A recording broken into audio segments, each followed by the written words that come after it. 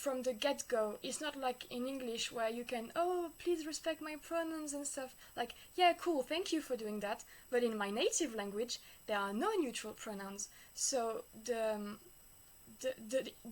intricate feelings that I have of dysphoria, of not feeling like a woman, stuff like that, is so alien to French people because... It was very important you kept emphasizing that you were only 13 because what do 13-year-old knows? You have received a diagnosis of child PTSD. Were you able to heal from it? No. It's a constant battle of to understand what comes from trauma and what's like my personality, what's my preferences. Like, do I dislike that type of touch because that's just like my sexual preference, or because I'm so fucking traumatized I'm not even able to recognize that that's trauma anymore. That's I think the worst part, is not knowing, like, you don't know yourself. And because it's been so long and it was a stranger, maybe I walk down the street and like walk by him like twice a day. How would I know? And that's I think that's the worst part, is like knowing you can't ever fully heal because you'll never get the justice that you want. So is that like one of the reasons why you like live in the woods now?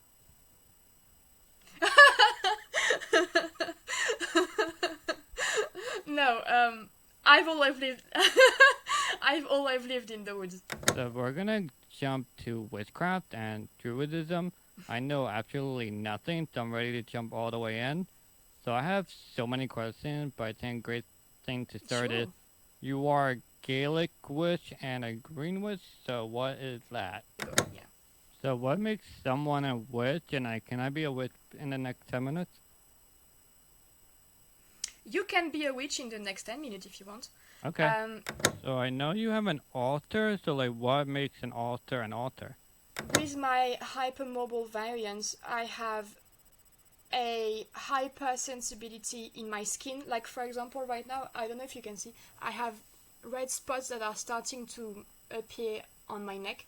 Mm-hmm. And that's something that's just going to keep happening because I'm doing something, just because I'm doing anything. So much alike that people think we're twins. But my sister is able-bodied. Like, she's athletic. She's going to see friends and she's in bars every night, and she has boyfriends all around. Like, she has a very nice life, and I'm so happy for her. But I'm like, why do you want me to be happy with my life when this is what I could have, and I know that I'm never gonna have that? How the fuck do you want me to be happy? Like, that sounds cruel even. Yeah, do you wish that you weren't ever alive then? Hello, welcome to my podcast, to Mike on Joe Stooch. I am Joe Stooch, and I'll be giving a mic to Mako. Mako is a disabled Gaelic witch, which is something I have never come across. I am completely new to all of this. She is also a child sexual abuse survivor. This conversation may be triggering for some as a warning.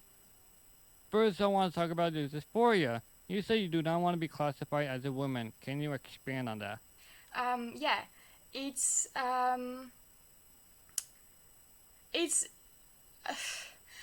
the internet, so I try not to be too forceful. Like, if you get misgendered, that happens all the time. I know what I look like. I look like a woman, so I'm gonna be treated like a woman. It's more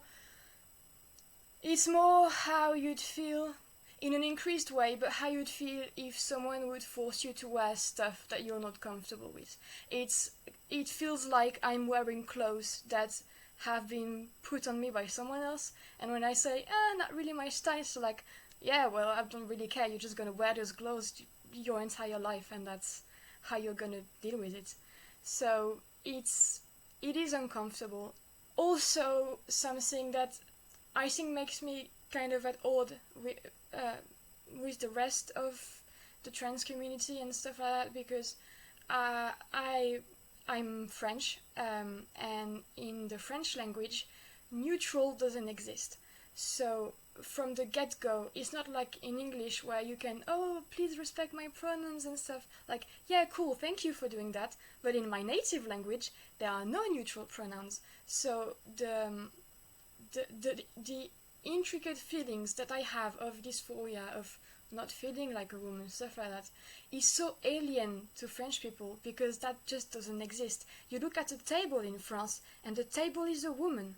Like, that's just the language, that's how the language works. So if you go around saying, hey, look at me, I look like a woman, but I'm not a woman, talk to me like a woman, because we have no words in French to not be a woman, but also keep in mind that I am not a woman. That sounds like a hassle for everyone involved, me including. So it's a constant feeling of discomfort with the intense realization that there's nothing I can do about it, at least in my day-to-day life living in France. Maybe things would be different if I lived in the US, but that's not something that I can be too upset about right now, where I live, at least. So you kind of want a more gender-neutral world? Is that what you're trying to go for? No, because I think that would suck for people who live in the binary. Like, just as I'm uncomfortable being treated as a woman, I don't think it'd feel very nice for people who identify as men and women to be treated like in a neutral way. Like, if you were erasing the binary for people who feel comfortable with it, I think that would suck just as much as I feel like it sucks to be myself in a binary world. So I don't think it's a good idea to make the world more neutral. I think it'd be a kindness if people could try to treat others how they would like to be treated. But also, it feels kind of gross to be like, pay attention to me, like, respect my gender, when I walk in the streets, or like even at the dinner table with my family, people are still like racist as shit, and like that's more important than my little feelings about gender. So I don't think there's much that can be done right now. I mean, I don't think there's much that can be done ever. I think it's a biology of be men and women. We have our way that we do things. So are you looking more into like the feminism world then? It sounds like you want to be more of a feminist then. I'm a feminist already. Oh, okay. Because I mean, feminism, at least for me, maybe that's a controversial opinion, but for me, feminism is just striving for equality. It's not like putting women on a pedestal or like treating them in a special way. Feminism is just, there are ways and places where women are treated as less. Let's treat them as equal, and that's it. Like, for me, that's as far as feminism should reach. If you're reaching further than that, that's not feminism anymore. It's preferential treatment for women, which is not what feminism should be. It should just be a stride towards equality. That's it, in my opinion. I wonder how much different it is for you to live as a woman in France. Like, you live in France, right? Mm-hmm. So I wonder how much different it is to live in France as a woman versus living in like the United States, for example. And also, it's probably a lot different if you're living in like the city versus, out in the country too. I think maybe that's a US thing, but I've never been to the US, so maybe that's just like my impression of the US from the outside. But I get the impression that in the US the countryside is a lot more conservative and a lot more traditional than the city. Is that what you're saying? Yeah, okay. I think it's less split that way in France, because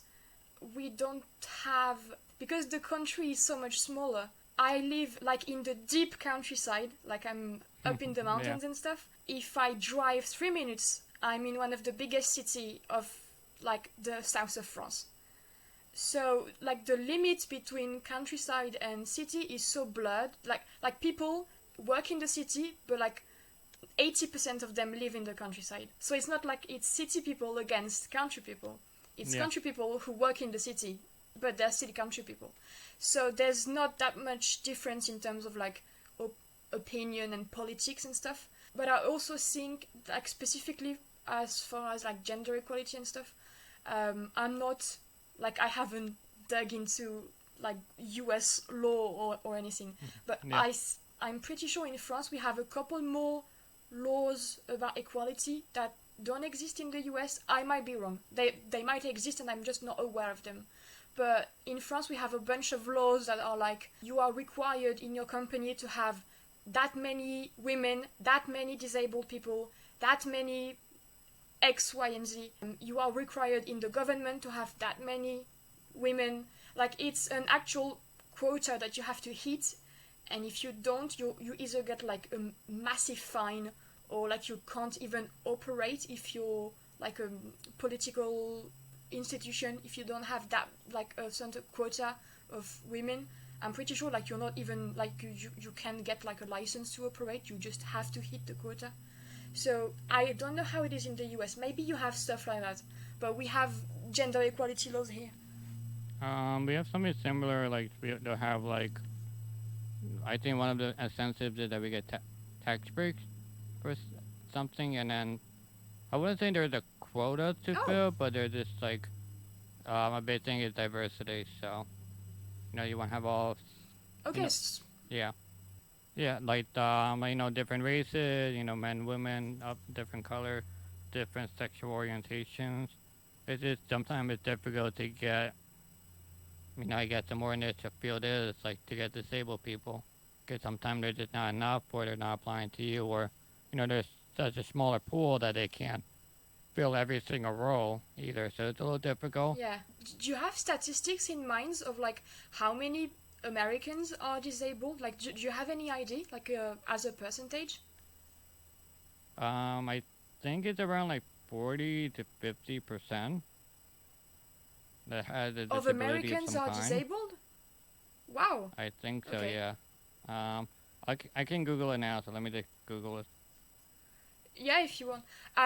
I know in France, I've heard the number floating around of like 30% has some sort of disability, and 1 in 5 has a disability that like actually requires support, like active support, and that's enough to fill most of the positions that the quotas require of companies to hire disabled people. Yeah, so I was really wrong. It said there's only 26% or 1 in 4 adults in the United States have some type of disability.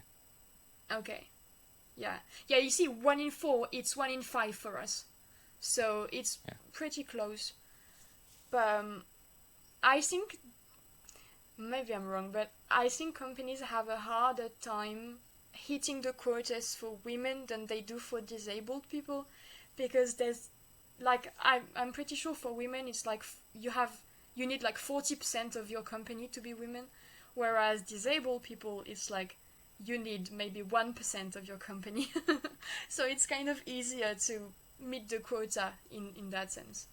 I mean, I can't say, but I think sometimes is maybe there's not a large enough pool, and then sometimes maybe they're not good enough to be hired too. That could be a possibility. Like you're not just gonna have a woman walk through the door and be like, we're gonna have to hire you because you're a woman. That's kind of unfair. Like you want to hire someone for their skill and expertise, and not just because they have a disability or that they are a woman just to fill a quota. It's kind of unfair.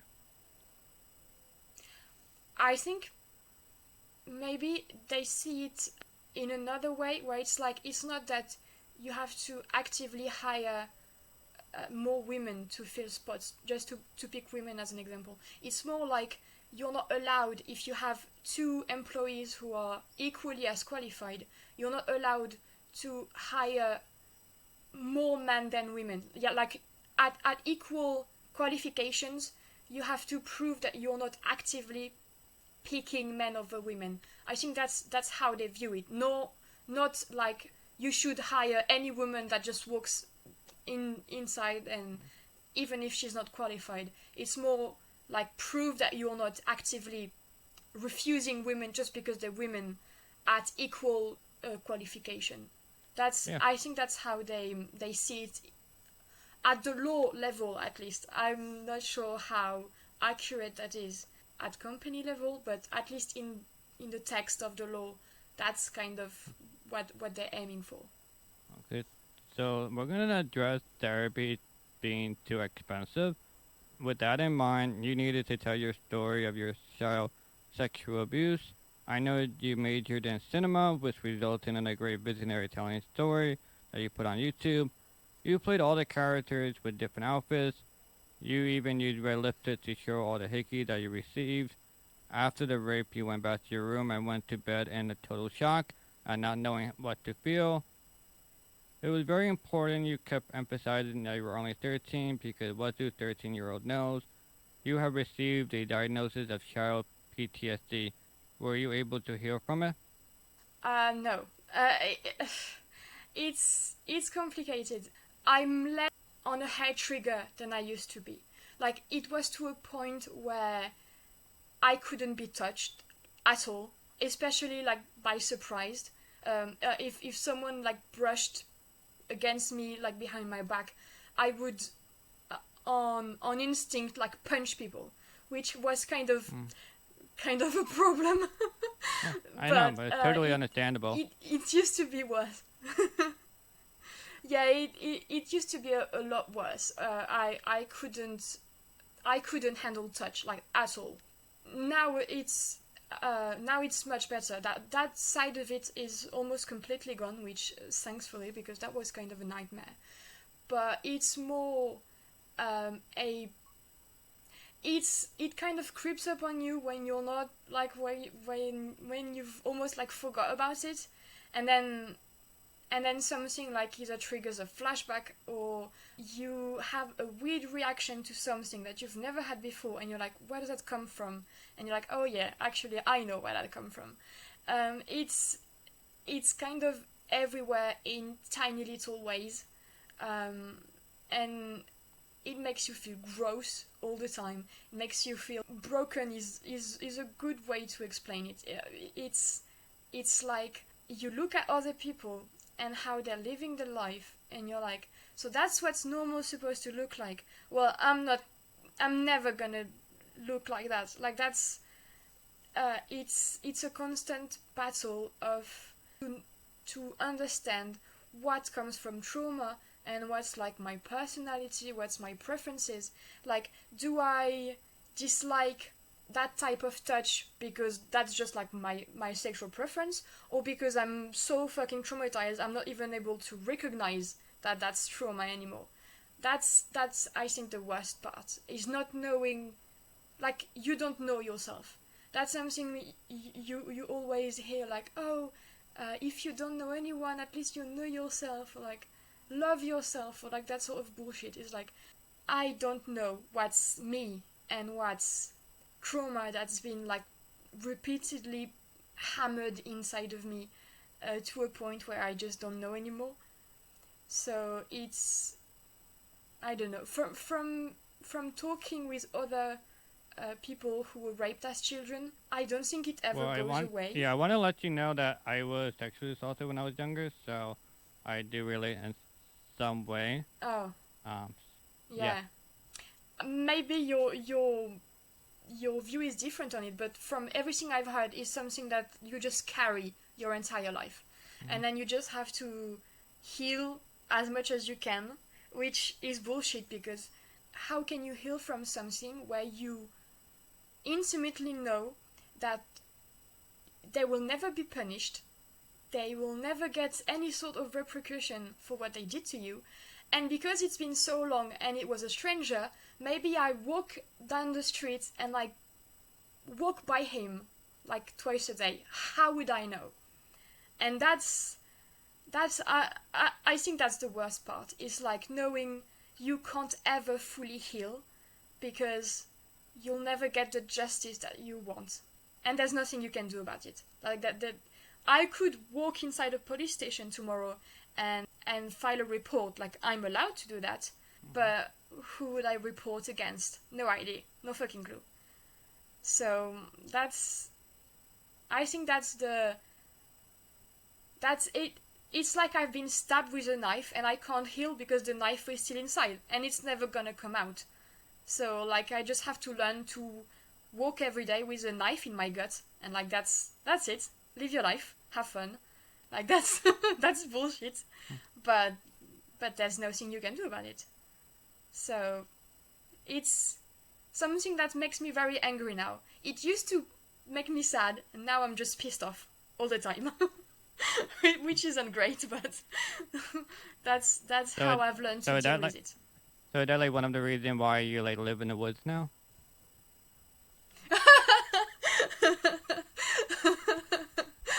No, I've always lived. I've always lived in the woods. My family, my mom, my sister, and I, we have a farm, so we've always lived in the woods. But I mean, it. The good thing about it is that I don't have to see a lot of people. So when I'm angry, I can just be angry at trees or at the sheep, which is better than people, I guess. Yeah, tree can't hurt you. Yeah, exactly. No, I mean, just to let everyone know, Mako has a YouTube channel and she records a lot in the woods, so it does seem like she lives in the woods. Yeah, I mean, you're not seeing this, but if I turned around the computer, I'm facing the forest right now, so there's woods everywhere here. Ah. I mean, it sounds pretty cool and had like a nice mysterious vibe to it almost. Like, it's cool. Yeah, different. It is really nice. Yeah. I love, I adore nature. It just sucks that I can't walk, but if I could walk, that'd be nice. Yeah, like now I'm just looking into a brick wall because I live in New York City. So, very different settings. It is very different, yeah. I've heard so many people, especially French people, be like, oh, I would so love to be in the US and live in New York or live in LA. And I'm like, why would you ever want to live in like one of the biggest cities in the world? Like the 2 times I've been in Paris in my life, I hated it so much. Like I spent 24 hours there and I was not, no, okay, that's fine. I'm not interested in the capital of my country. Yeah, fair enough. I mean, everyone has their, I guess, where their heart is, and you're just in the woods somewhere. Oh yeah. And I understand why people love the city. Like there's so much life, I feel, and like so much stuff going on all the time. I mean, there's nothing going on here aside from the birds and the sheep. So I understand why people would find that appealing. No, I mean, just to talking to you for the past 20 minutes seemed like you like a more calm environment overall. Yeah. I kind of need it also, so. Yeah, I mean, there's nothing wrong with it. You're probably in a good headspace mostly. I hope so. Or at least you're putting on a good face. Yeah. That's something you learn to do. Like, I think you probably know how that feels, but if you show how you're feeling most of the time, I don't think people would want to be around. I mean, people wouldn't want to be around me if I showed how I was feeling all the time. Yeah. So that's something you just learn to. Yeah, that's why I tell it. That's why I tell on the podcast, because they can't leave me, and on YouTube, and you know it's just out there, and I don't have to. Like I guess you can have the same feeling that when you tell your story out loud, you don't really get the feedback back to you. It's kind of like you just put it out there, and then that's it. You just walk away. Where if you were talking to a person, you know, they have to react, and then like maybe they'll say the wrong thing, and then maybe you not feel it better, or maybe it's not the reaction you wanted, so now you're like, now sometimes you have to like care for the person, and it doesn't work out. So is it better to do on YouTube? Oh yeah, that happened to me. Yeah, yeah. You're sharing something, and then you end up being the one having to like comfort someone. Yeah. I know the feeling. Yeah, I mean, I don't really meet many people that share their stories online, like on a YouTube medium. So like, do you feel like do you go to like stages? So like at first you're just like, oh my god, I'm doing this, and then when you click the upload button, you're like have a heart attack almost, like and almost like full of anxiety, and then when you click like the upload button, so it's live, and then you kind of have like this nice calm presence of it. It's like it's over, and then that's it. If you're talking specifically about the like anti-Oscar challenge that I posted a couple months ago, that was a bit different because it was 100% a spur of the moment decision.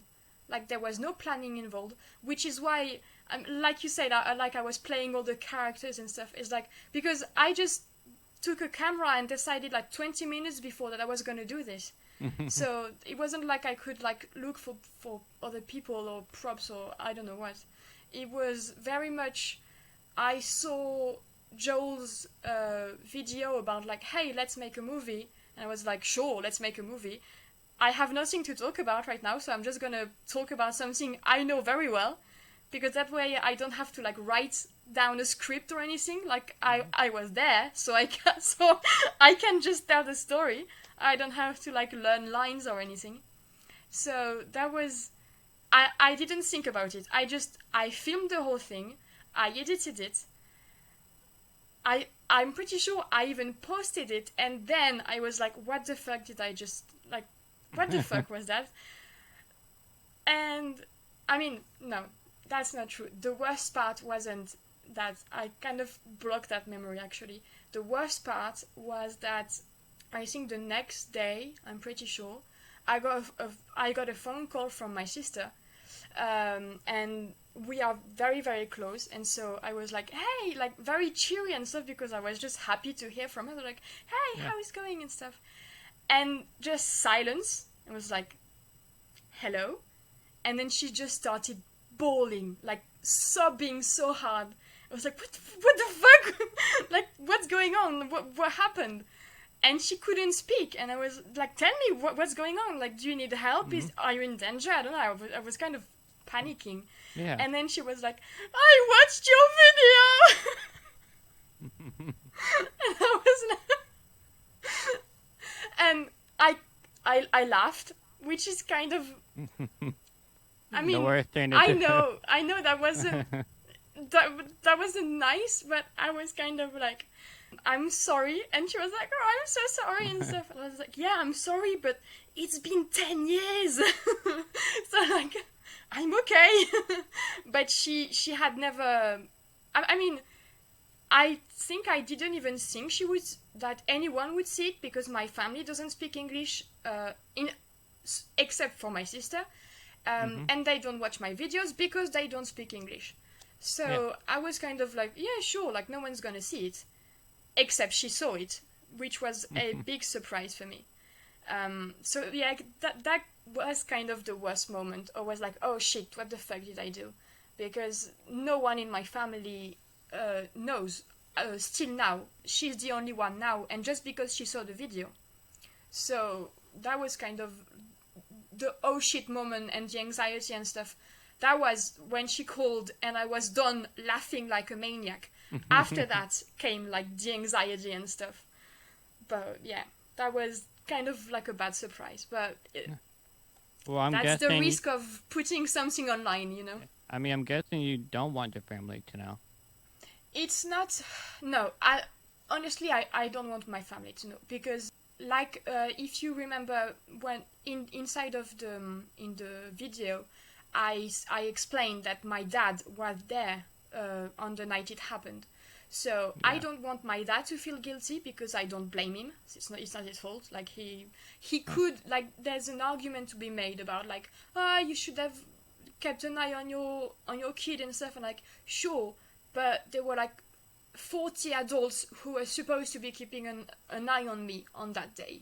So it's not like I'm not blaming him. So I don't want him to feel guilty, so I don't want him to know.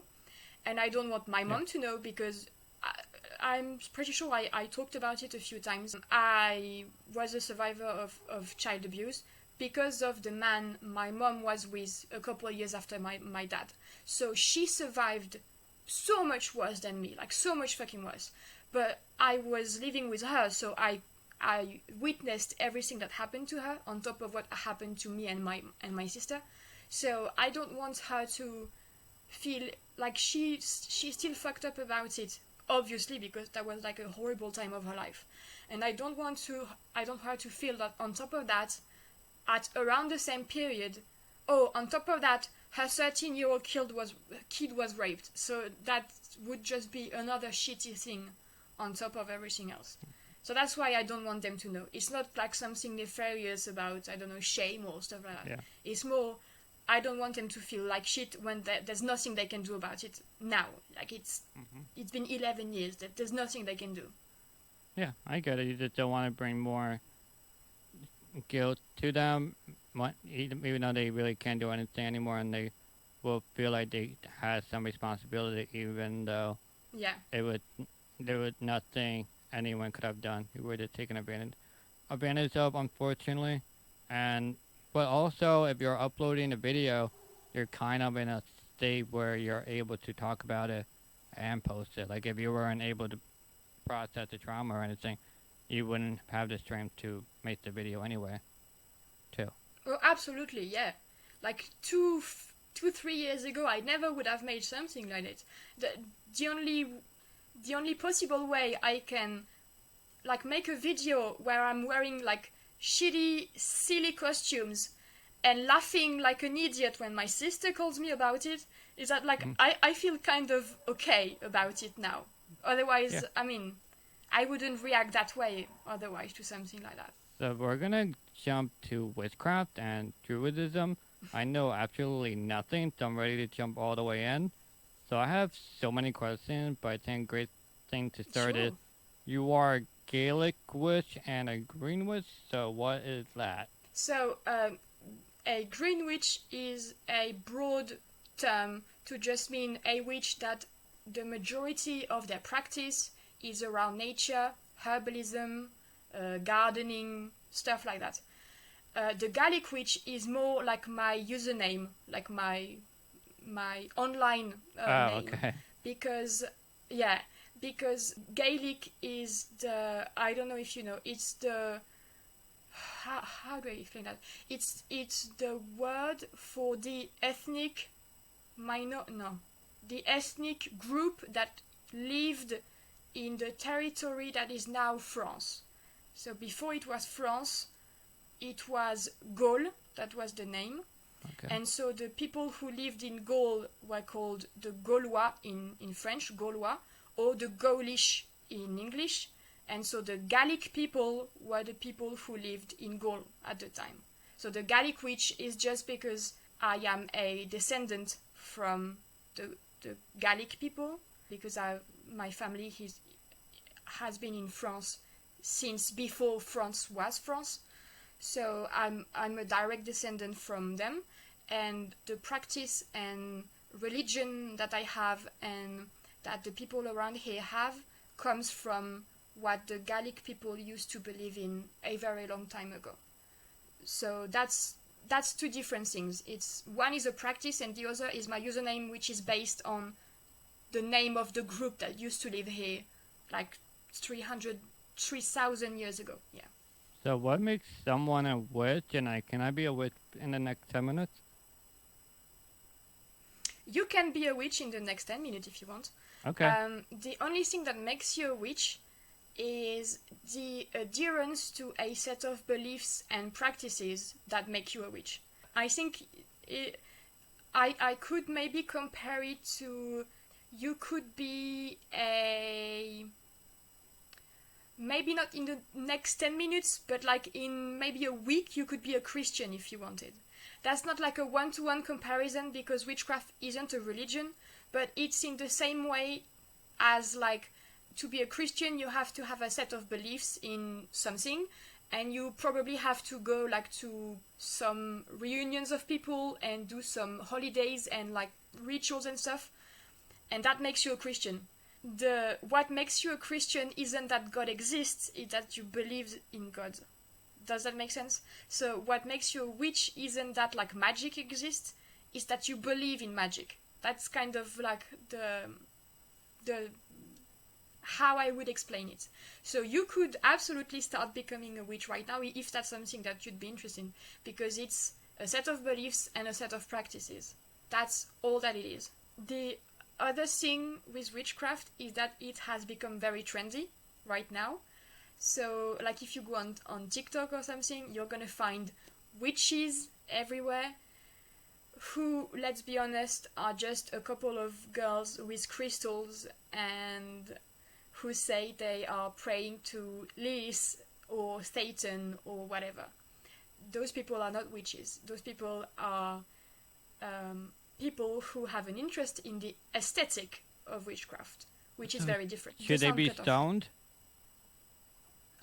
No. No. I mean, they're having fun. Let them have fun. They should have fun. Crystals are fun. I mean, that's witchcraft is not a closed practice. Like, there's no gatekeeping. Oh, you're not a good enough witch. Get out. Like, that's not how it works. However, witchcraft, at least folk witchcraft, which is the one that I practice, folk witchcraft is something that is passed down from generations, very much linked to a land, like if I left the mountains where I grew up, I would no longer be a folk witch, because my practice is so deeply linked to the mountains here and the beliefs of the people here and the practices of the people here. And that is witchcraft. It's something that is very personal but very communal at the same time. I was taught witchcraft and folk magic by old people who are dead now. That's how it works. It's transmitted to children and like shared and taught, and something that no one would call magic or witchcraft here, in French at least. So what is witchcraft and Druidism? Druidism is a part of my religion. I'm a Gaulish polytheist, so we believe in the gods that have been believed in since the days of the Gaulish people, like I said, like 3,000 years ago. So we believe in these gods and their place in nature around here and what they mean. And so we have holidays that we celebrate. Like, I don't celebrate Christmas, I don't celebrate like Easter, stuff like that, because that's Christian holidays. So we have our own holidays. We pray to the gods and stuff.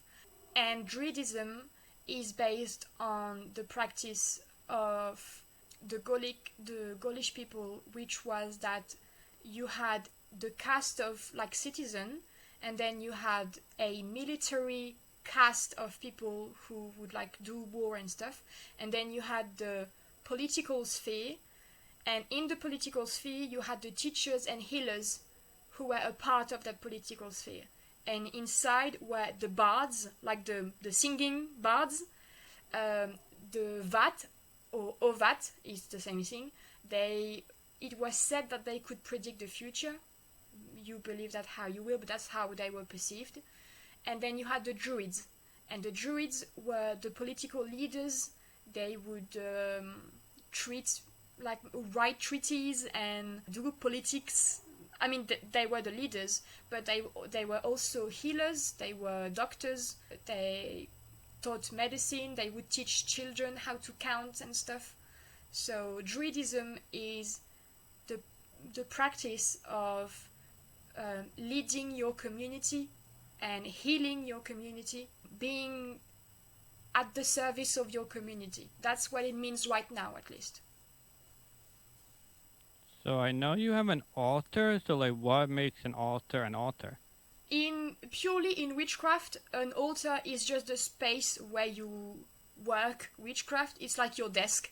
It's where you practice witchcraft. You have your tools, you have your stuff that you need to practice witchcraft. In my case, it's not really an altar.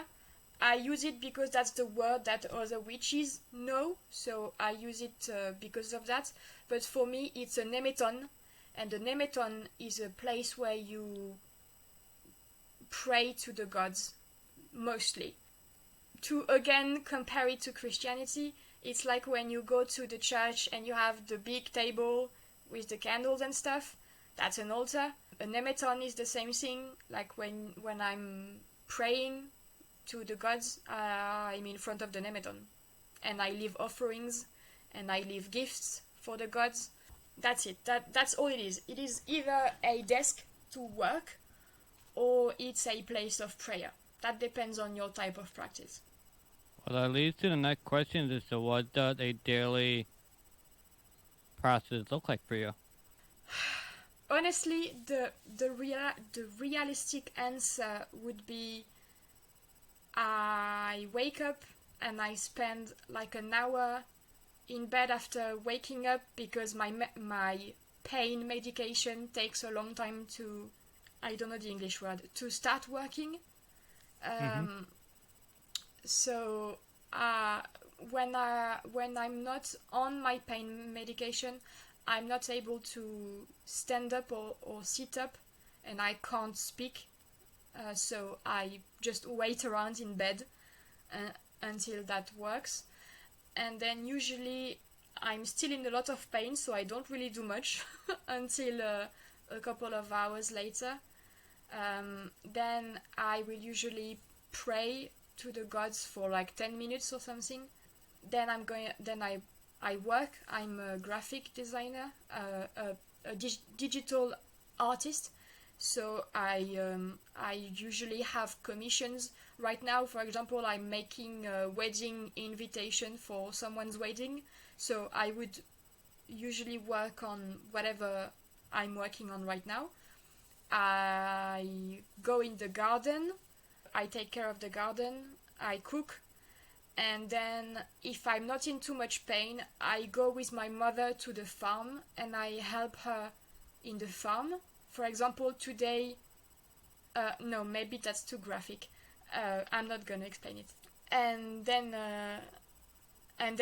if I'm in too much pain to work at the farm, I'm just gonna work some more on digital art or whatever I'm doing. And then usually by that point, either I worked at the farm or I worked some more, so I'm in so much pain that I just go back to bed. And I take some more pain meds. And then I go to sleep. I don't have a very fun life.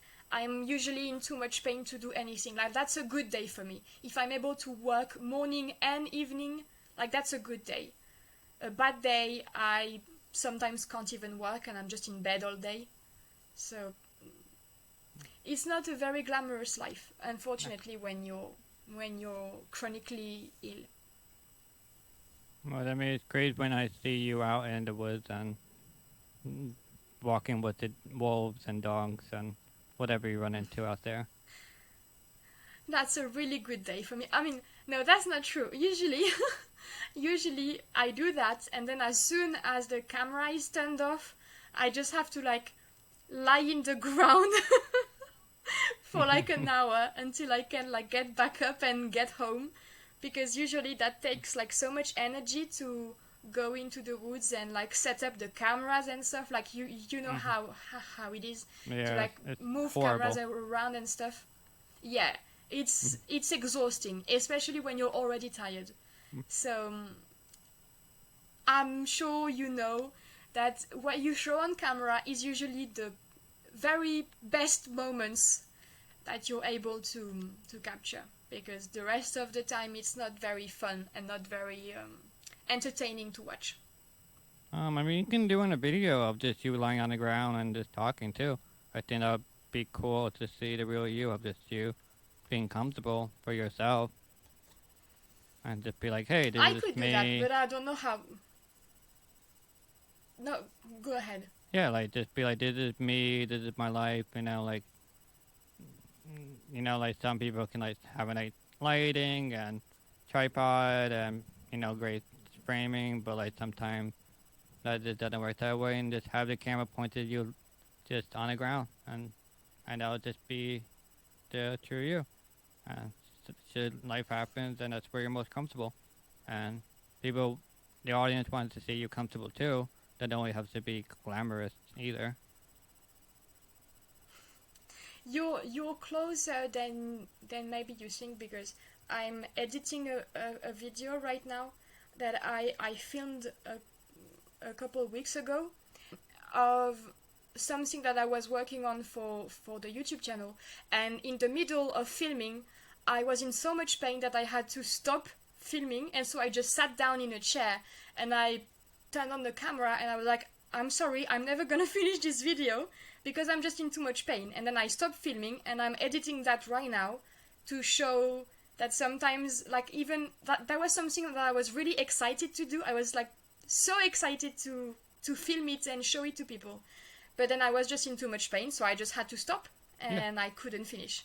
Yeah, like so that's something that I'm gonna post soon, hopefully. Yeah, I mean, like an example, like the cup here, I can't swallow, so I have here, you know, like in the beginning of my YouTube career, you know, I would cut it out, but now I just leave it in, and it's like, hey, this is what I have to do to be around, and anyway, that's it. Yeah. And they just have to accept me for how I am. It's also a good thing that I'm moving, because I could feel my knee dislocating as we were speaking, so. That's not good at all.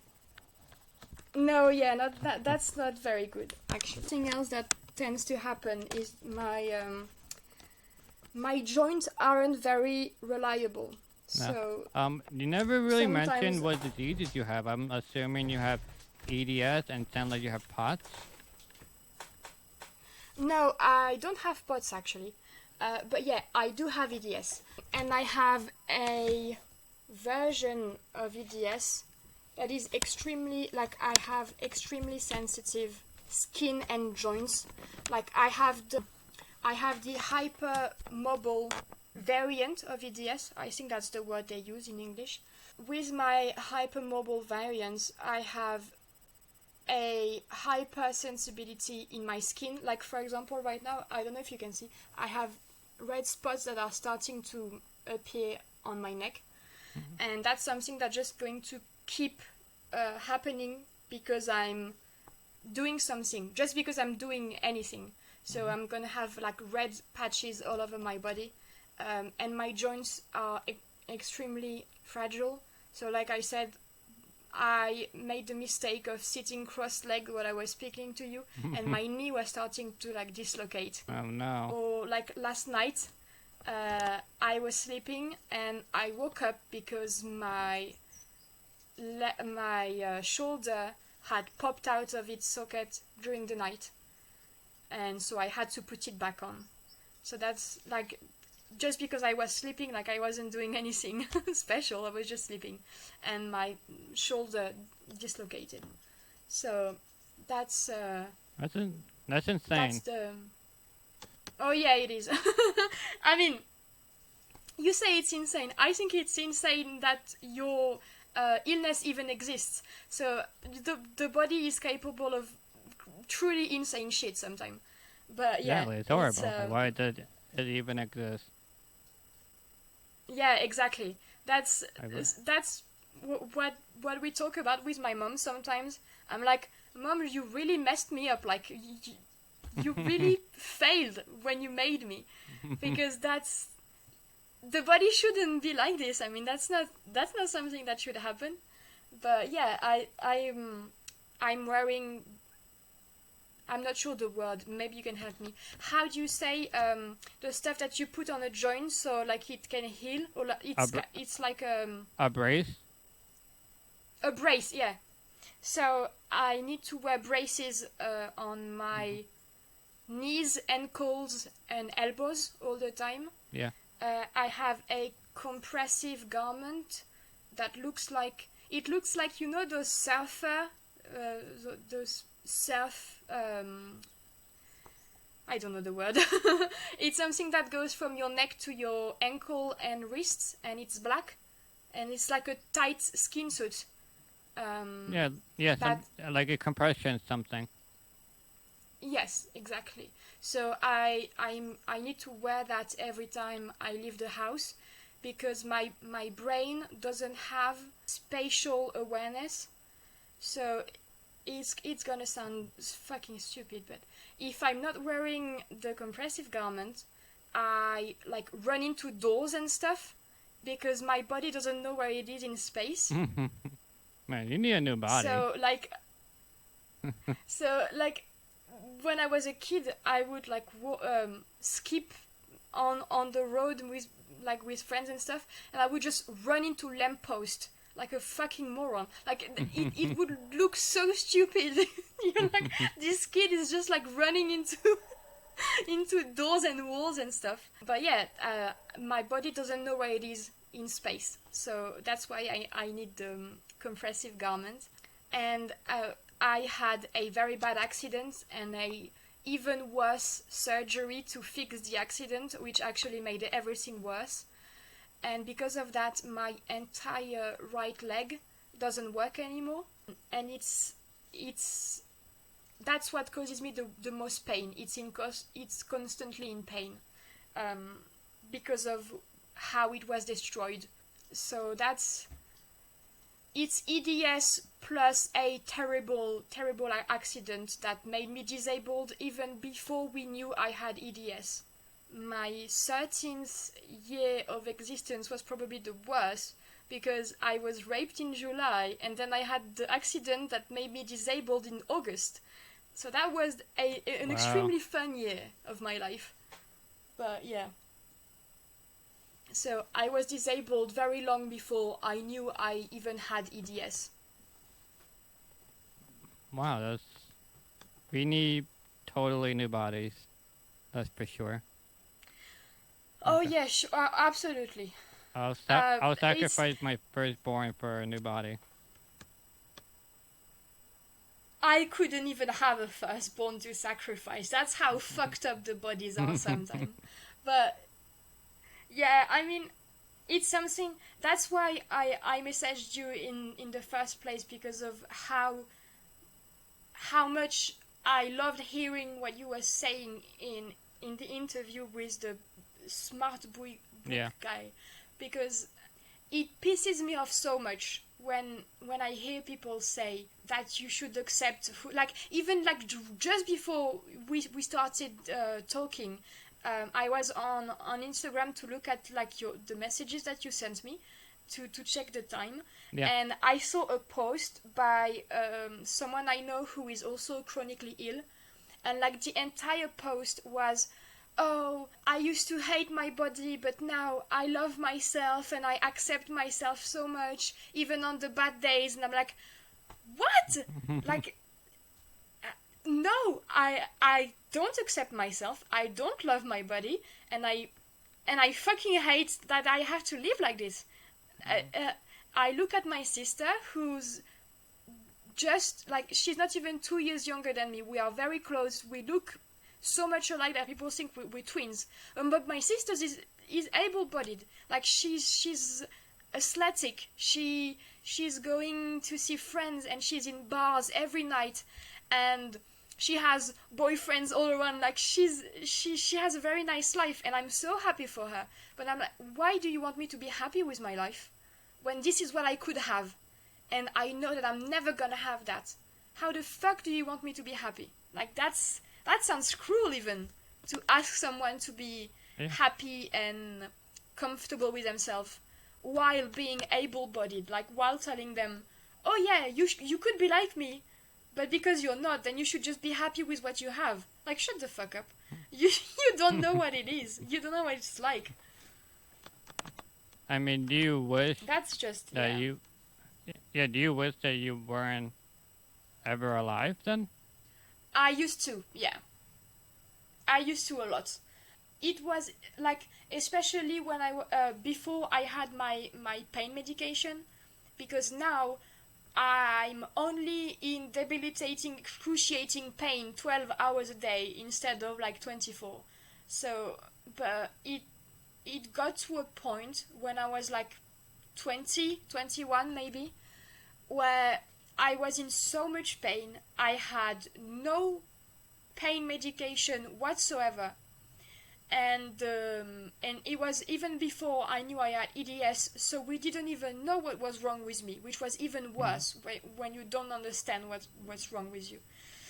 And the doctors were telling me, so actually you have this disease called Ehler-Danlos Syndrome, and you have a terrible body, whatever. Also, the disease you have doesn't have a cure, and no one is looking for a cure right now. And so I was faced the realization that I was in so much pain I couldn't even get off my bed most days. And I was 21, and because there was nothing else wrong with me in terms of like brain and heart and shit, I could probably live to like maybe 70 and be in this amount of pain every day of my life for the next 50 years. And that's like when that hit me, that was the moment where I was like, I need to kill myself. Like, there is no way that I can live 50 years of my life like this. Like, even just thinking of next month, I want to kill myself. Like, how the hell am I supposed to have a life, any life? So yeah, there was a part of my life where I was very much suicidal, but not in the, like, I was depressed way, in a very pragmatic, like, cold way of, like, I have to be realistic about my situation, and being realistic about my situation makes me believe, as a logical person, that the best course of action is suicide. That's kind of fucked up when you say it like that, but that was my life. I mean, like, an unpopular opinion I always hold is that when I see, like, a severely disabled person that just dies, like, young, just, like, randomly, I always happy that they died because they're just free from all the pain and everything they have to deal with, and it's just not a great life to live at all. Yeah, that's something that people struggle to understand. My family, first of all, they don't understand why I would be, just like you said, why I would be happy for someone who passed away, especially if it's on their terms. Like, if they live in a country that has end-of-life treatments and stuff, where, like, I don't know how you call it in English, but, like, where they help you doctor in the hospital suicide. Yes, that, exactly. So especially in countries where that's allowed, and by the way, that should be allowed everywhere, but in countries where that's allowed and where people can die on their own terms, I'm so happy for them that they have an escape from a life that they hate, and that they get to do it how they want to. That sounds like mercy to me. But I know that some people don't see it that way, and usually those people don't know what it's like to live this way. Exactly. So that's, it's, but even now, because I have the pain medication, it's a bit easier to, like, look to the future and be like, hey, maybe I can do something with this shitty life. I still find myself, like, maybe, I don't know, twice a week or something. I don't really count, but very often at least. Maybe not every day, but very often. I look at, like, a kitchen knife, or when I'm at the farm with my mom and we're, like, I don't know, chopping wood or I don't know what, and I look at, like, the chainsaw or something, and I'm like, if I was just a little bit braver, just that tiny bit more ballsy, I'd cut my leg off. Just not to be in pain anymore. Like, that's a thought that I have at least twice a week. Just, maybe I'm wrong, and maybe I would still be in pain, but I'm pretty sure that's my belief, that the pain I would be in cutting my leg off without anesthesia would be less than the pain I would be in for the next 50 years. That's what I think. But I'm not brave enough to do it, obviously, because I still have 2 legs. But very often, I'm like, just fucking do it. No, I totally... You'd make your own life so much easier. Yeah, I mean, I totally understand your. I mean, I don't know what you're going through exactly, but I do understand your point of view, and I don't think you're wrong to think that at all. And I'm never gonna hang out with you at a barn. That's for sure. I mean, it's not like I want to cut your leg off. It's yeah. I think I don't know how it is for you if you have many disabled friends or people you know who are disabled. But in my life, I don't know anyone else who's disabled, and I don't know anyone else who is chronically ill or who has chronic pain, and so I feel very alone. I Let's can be definitely completely honest. I can definitely hook you up with a lot of I know a lot of EDS people, and I know people that have chronic pain too. I could definitely connect you guys. That's not a problem. I have a bunch. I mean, I love that. But even just Yeah. in terms of like human connection of like I've never sat in a room or like laid in a bed since often I can't even sit, but like I've never been in a room with someone who knows what it's like and who can understand and who can emphasize. I can definitely hook you up with some groups. I know some support groups and stuff to people our age. I'll definitely hook you up. I got you. I love that. So before I take the mic away from you, is there anything you want to say, promote, any words of wisdom? The mic is all yours. Touch grass. Just like if you're able and you're hearing this, just like take 2 steps in the woods, 2 steps in the grass, eat a fucking leaf, I don't know. Just like we are actively destroying this beautiful earth. Just enjoy it while it's here. It's beautiful and it's not gonna be here for very long. Thank you, Mako, for giving me your time to talk to me. Thank you, everyone, for listening and watching. And you can follow Mako in the description below. And I'll see everyone next time. Bye-bye.